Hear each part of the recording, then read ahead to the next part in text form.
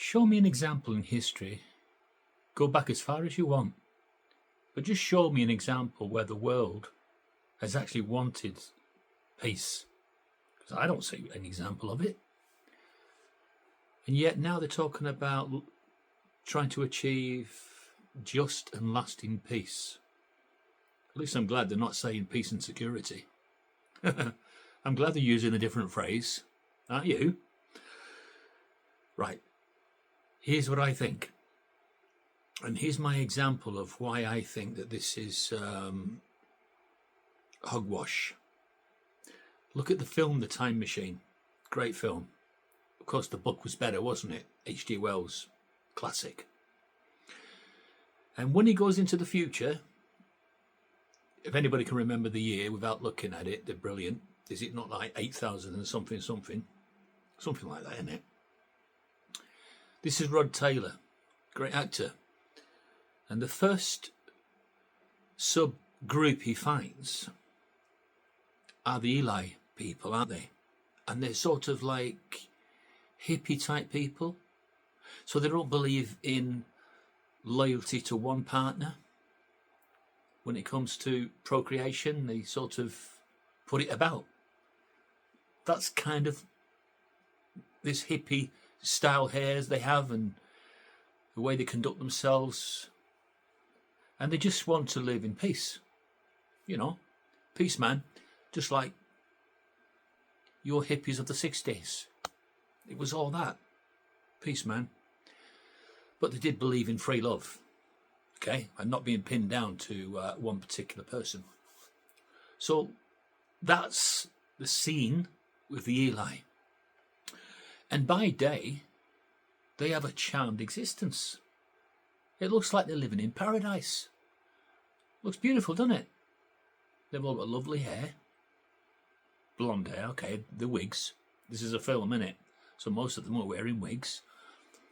But, you know, for the sake of the illusion, let's just say they've all got lovely hair. And they're all at an age where there's no wrinkles. So they look really great, don't they?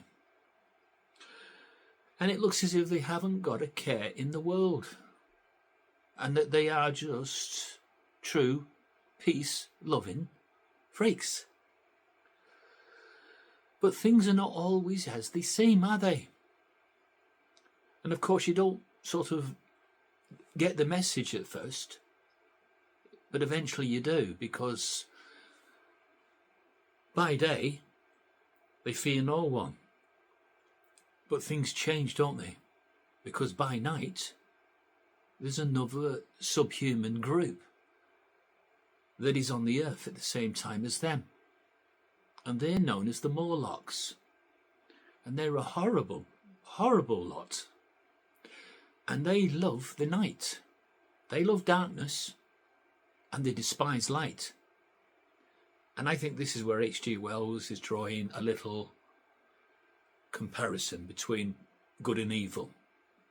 I think that's what you would come to that conclusion if you watched it and you'd think, yeah, I think that's what he was getting at. This is a good and evil situation. But I'm going to bring it up to date now. At the moment, there are certain people that probably do want true peace in the world. So think of them as your peace-loving Eli people. And that's all they want. To live their life in true peace.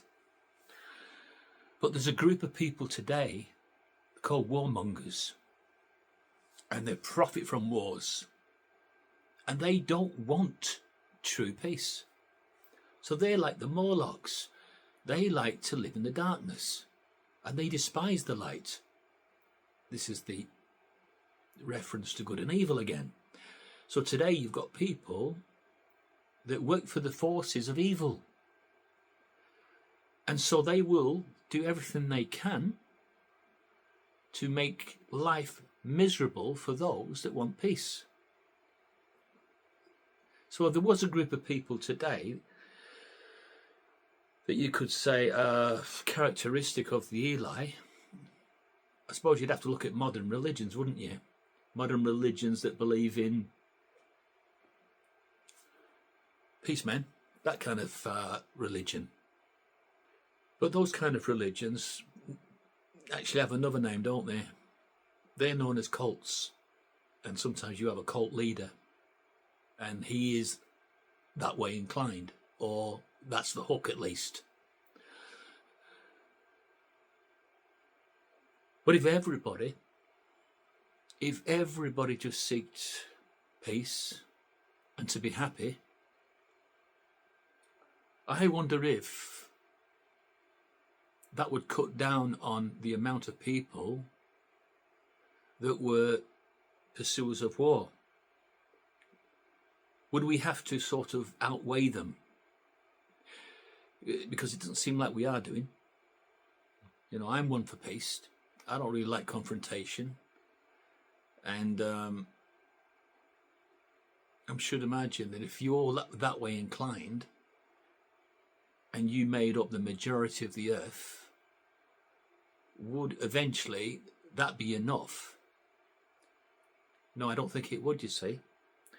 Because in the film again, the Morlocks, although they come out at night, they come out for one purpose and one purpose only. And that's to prey on and eat. So, cannibals.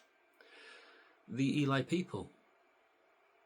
And that's the only time that these peace-loving Eli people are truly afraid. At the night time. And I think it'd just be the same today if you use that as a comparison. We wouldn't have the strength in numbers, us that are seeking peace. We just wouldn't have the strength in numbers to stand up against those that actually want war. They will very much overcome us and get their way.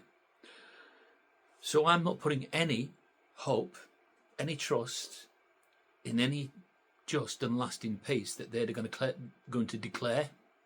It will be a phony declaration for me, because I don't believe that anybody of flesh and blood or any world leader is capable of true peace to the world.